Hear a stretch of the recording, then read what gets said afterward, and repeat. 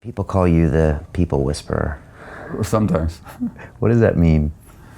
Well, look, we all have our gifts, and I have a gift for reading people, and to be able to speaking with them in a fairly gentle way when I'm present, which is not always.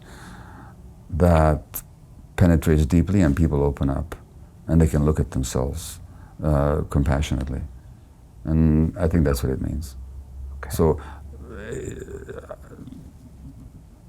when I'm present and grounded in myself, for which I have to do the work to keep myself that way, but when I am that way, somebody can come to me and they can very quickly drill down to their issues. It doesn't take years and months or weeks or even days of talking. We can just get down to what really matters. Do you still do one-on-one therapies? Very rarely, because of lack of time. Right. And I can't commit to the long-term therapy of anybody because, and especially, and again, when the wife says no, she says, no, there's not enough time in your life, and there isn't. Yeah. So occasionally I take somebody on for very briefly. If I believe that one or two conversations can help them, I will do it. If not, then I won't. But again, I do that rarely because I have so many other commitments. Right. Let's talk a bit about heroin because, I've had guests in here and they see me in my suit and all that stuff, and at the end I'm like, oh, I just did a movie called Iron Mind that talked about my heroin overdose, and like they're visibly shocked. And so it's a funny drug that has all sorts of baggage that come along with it. And when I started talking about my addiction and use, people didn't know how to fit it into who I am now or even my background or my career. Mm-hmm. You spent a lot of time in Vancouver with drug addicts and with heroin, and now we see this kind of opioid crisis in America and these highly concentrated forms like fentanyl, and then not to mention the pharmaceutical versions before that, the pill versions that kind of got people sometimes as a gateway to the heroin drugs. And I don't know, just wondered if you had some thoughts on opiates, opiate addiction, and I don't know, people's reaction to something like this. Well, so in my book, In the Realm of Hungry Ghosts, I look at what do the opiates actually do, or why they're so powerful. So they function in an internal brain system that we already have, which is the endorphin system. And endorphins are our natural, internally occurring opiates. And they have three major functions in life. And those major functions is precisely what the heroin does for people. The first function is pain relief. So the opiates provide pain relief. They're the most powerful pain relievers that we have, not just physically, but emotionally as well.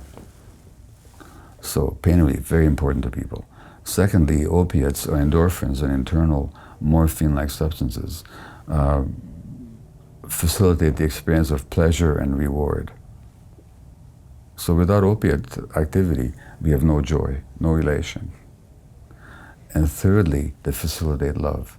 They facilitate the attachment relationship between the infant and the mother. And so that when the mother and infant are gazing into each other's eyes, they both have endorphin release in their brains.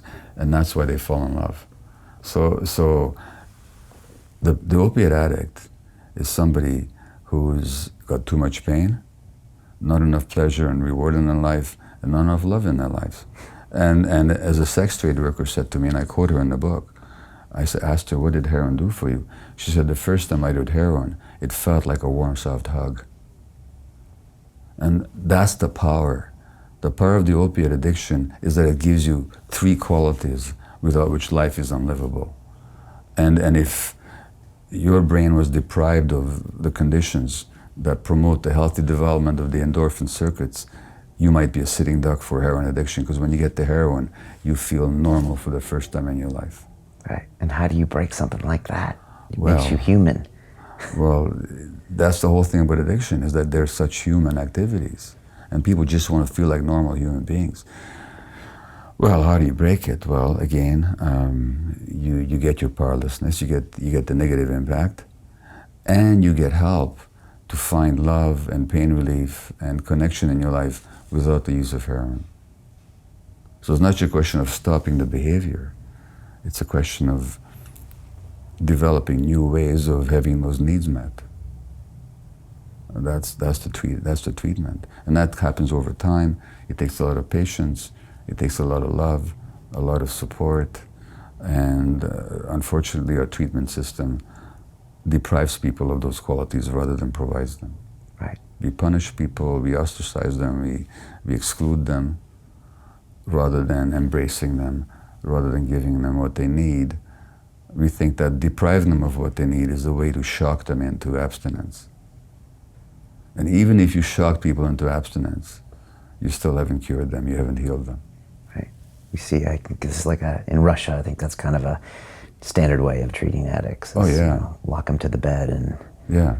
Yeah. And then to shame people, you know, or in China for that matter. And in America, we criminalize them, which repeats the childhood trauma cycle. Well, Bessel van der Kolk, who's the world's leading trauma expert, said that 95% of the people in the jails of the United States are traumatized children. So actually we're taking the most vulnerable, the most hurt people, and we're re-traumatizing them. And we think this is the way to deal with human beings. How does that make you feel when you see this set up in America, for example? It's sad, it's beyond sad, it's tragic, and it's frustrating because we know better. We have the human experience, we have the science, we have all the evidence we need, we have the more humane practices that have been demonstrated elsewhere.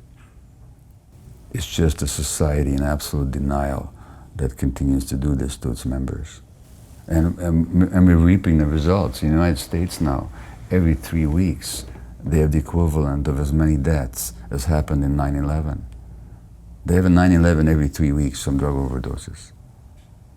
And you think they learn? No, they're toughening it up again under Trump, making it even worse. Right.